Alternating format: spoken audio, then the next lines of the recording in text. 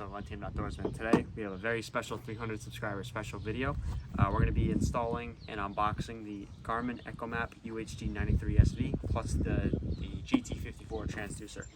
So we're going to start with the unboxing right now. We're going to open this up. So right when you open up the box, you get the Garmin head unit cover, and then you take it out, and then we got our main unit here. So this is huge. This thing is an iPad. I mean, just look at that thing. I'm not going to take the seal off yet, but yep. And it's got that quick disconnect feature as well, which is an awesome feature. But we'll get more in depth into that in a minute. Right there, all your foam and stuff. This is a pamphlet if you're going to be installing it into a boat. We're going to be installing ours into a yak attack mount. And then get to your back bracket for the quick release plate. So this is very easy. That's just your port for all your connectors, and then you just quickly pull that off. And then here is all your transducer plating and all your wiring for the transducer. We'll get more into that as well. This is your power cable. This looks like some foam inserts to protect the screen a little bit. Another Garmin sticker. So this is a little clipping piece to route some wires to, and then you got your instructions and some manuals in here as well. So this is an awesome fish finder. Clearance deals going out, trying to bring in the new product for the year. So we're actually going to get started with the install right now, and you're going to see us taking out the old fish finder right now as well. Alright guys, so we just unboxed the Garmin EchoMap 93sv for the kayak, and now we have to actually take out all the old hardware that went on the Garmin Striker 5CV. Shouldn't be too difficult. It's just going to be, this is already a detachable mount here, so that should be pretty easy. Just 4 stainless steel screws up here. This wire, we just got to take out our through hole plugs, which is pretty easy again.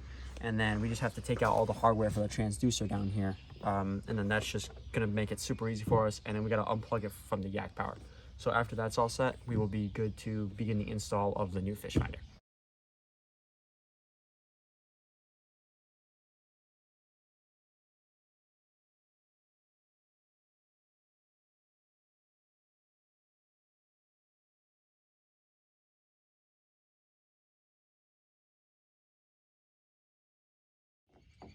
Alright guys, so we're just taking the old Garmin unit off of his yak attack mount.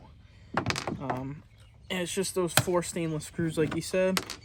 Once we get this off, then we'll be able to stick the new fish finder on here with the new mount that it comes with. And we'll be all set to get it wired back up. Alright guys, so now that we got the old fish finder off, we're going to take the mount for the actual Garmin that clips right into here. And I unscrewed this from the yak attack arm. It's simple. It's just this one little quick disconnect knob with a nut inside of it. So I'm just going to line this up to the holes that fit, and then I'm going to screw this in with the 4 screws that we took off our old unit, and then just tighten it up so we can set it on here.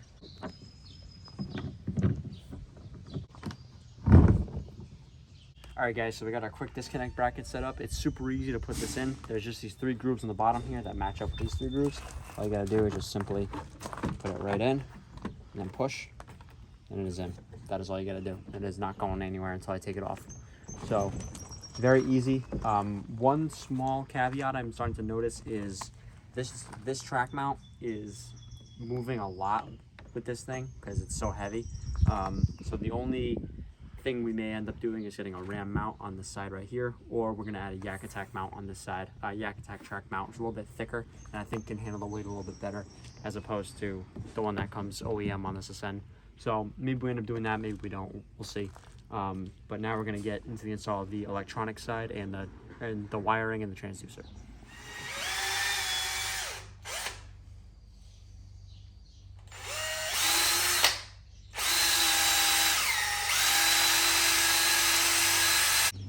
Alright guys, so you saw previously we had his transducer wire running up through this scupper plug here.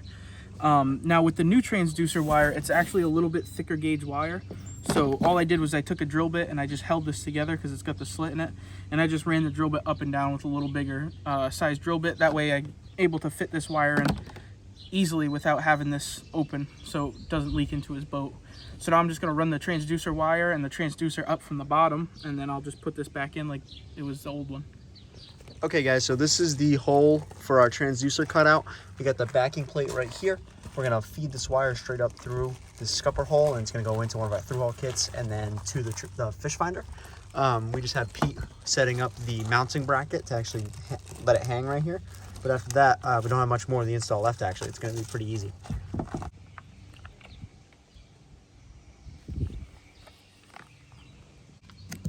This is the same exact process we did on the last transducer. Just gonna mount this bracket to it. That way we're able to hang it up in there. It just comes with all these little screws and these washers. They're actually pointed downwards and they grip the plastic. If you had just a regular flat washer, it would probably end up coming loose and you'd lose your transducer in the water, so that's definitely not a good thing. And if you had a regular locking washer, most likely it wouldn't grip the plastic like these ones do. So once again, it ended up coming loose. So they provide you with these in the kit, and they're super nice, easy to install.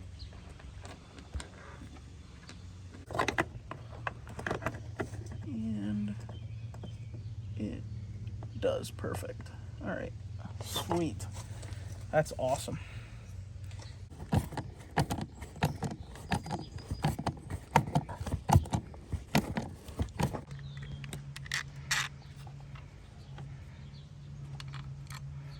Washy boy. Alright guys, so we got everything set up. We got the transducer wire run just temporarily. We do this on every install we do just to make sure everything's going to work correctly and we don't have to take anything out, because it's kind of a pain in the butt to fish this through the kayak. So now I'm just going to set up the power wire. These two cables here are for having different, like a second unit, so you can connect them both. We're not going to be using those, so I just electrical taped them separately and then just zip tied them to this wire so they're out of the way. Like the last install, we have the power and the ground. So all I'm going to do is I'm going to take these two little red connectors I had here, which are just spade terminals, and they're going to hook right into our yak power system down here, as you can see, just like we had it, and it'll go right to the battery right on his unit. So I'm just going to crimp these on, electrical tape them. You could do heat shrink, but we don't have any at this moment. So we're going to temporarily electrical tape them, and then we're going to just make sure everything works. All right, guys, so we just got to temporarily run. We have the transducer unplugged just because we don't want it to burn up with it not being in the water. I don't know if that's a true fact or not, if it does actually hurt the transducer, but just in case, we decided to unplug it. I got the power wire all connected and run. As you can see, it's hooked up to the yak power. So we're going to turn on the system. It's on 1, right? Turn on number 1. Come over here to the unit and take the cover off. All right guys, so we got power to the Garmin EchoMap 93sv. It's going to give you this warning every time you turn it on. You just hit agree. And then if I were to actually, so you're going to hit, at least from my area, United States, English. Quickly set up the basic functions of your chart plotter. Yes, we are a power boat. Minimum safe depth for boat, we're going to put 3 feet. Shallow water alarm, yes.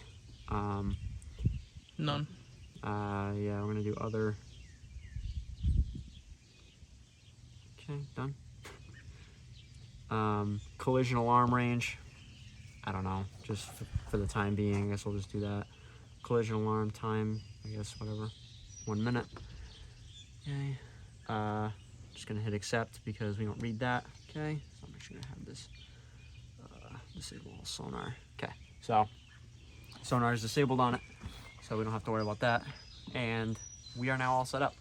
So that was actually a pretty easy install, all things considered. So this is just, we're gonna make another separate video just dedicated to basically what we did with the Garmin video. We got almost 10,000 views on that, but we're gonna like go through everything on the menus, really dive deep into it. But I loved that Garmin Striker 5.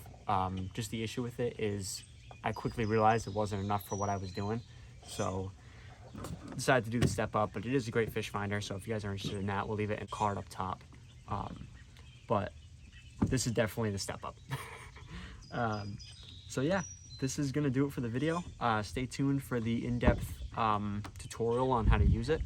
But yeah, we'll see you guys in the next video. Talk to you later.